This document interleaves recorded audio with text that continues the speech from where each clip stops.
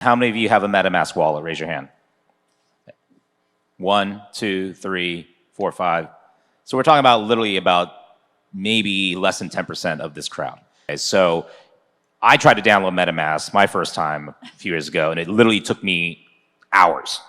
And I had to have a tutor come and actually help me set it up. That's how difficult it is, right? And so I think right now there's about 30 million MetaMask holders in the world right now. Still, that's a fraction of the Web2 1 billion TikTok users. So all your digital transactions, buy, sell, trading, NFTs, swapping, trading, all happens on chain. But when you do live audio, live video, when you do chat, when you buy a ticket, when you buy merch, right? That is Web2, but the actual transaction of that digital asset is on chain in Web3. And so I think we're going to see more and more companies and platforms like Open. By the way, everyone, go to your Android or iOS store, OP3N, download our app and try it out yourself, and you'll feel it. You'll feel the discover, buy, and experience. Hopefully it's simple, but we have credit card on-ramp as well. The last thing I want to say is we have credit card on-ramp. So those are rap artists that you guys might know here in Korea named Lil Cherry. And so she was one of our first projects that we launched on Open. And we knew that Lil Cherry's fan base in Korea, they don't have MetaMask, period. They don't have Rainbow, they don't have any of these things.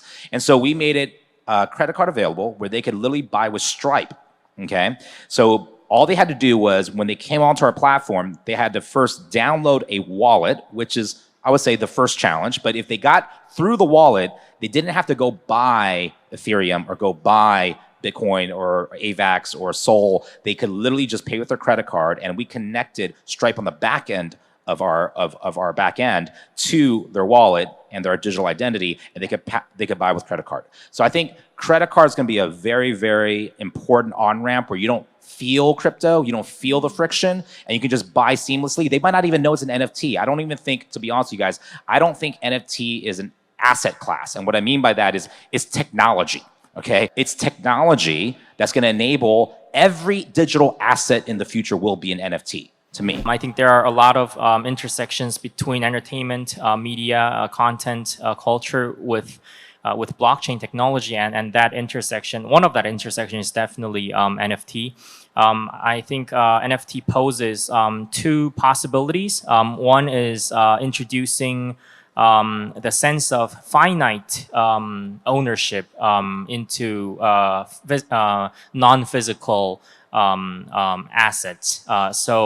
In the past, the digital assets, the content, there wasn't a sense of finite ownership. It was more about consuming, more about streaming the content for your own usage. Now it's more about the ownership that can be arbitrarily made into a finite number of pieces. Gives the ability for musicians to monetize in multiple ways that weren't quite imaginable in the past, when all of these people had to make money either from concerts or from streaming, and that's it. So now we're taking a much more of an approach that previously physical albums would have sold, and they're being sold in similar ways in digital space.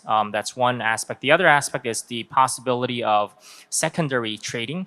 That's another huge potential. Beyond Music's parent company, Contents Technologies, has invested in a company that's doing specifically musical concert performance ticket NFT, and they're enabling ticket holders to transparently sell and trade their tickets in the secondary market, whereas in the past that was done very underhanded, and the original owners of the content, the performance makers, can also get a stake from that secondary trade, which was previously impossible. So basically all of these untransparent practices and the money that were dominated by these more so-called professional ticket hoarders. Now the kind of financial returns can be distributed more in the favor of the original content producer.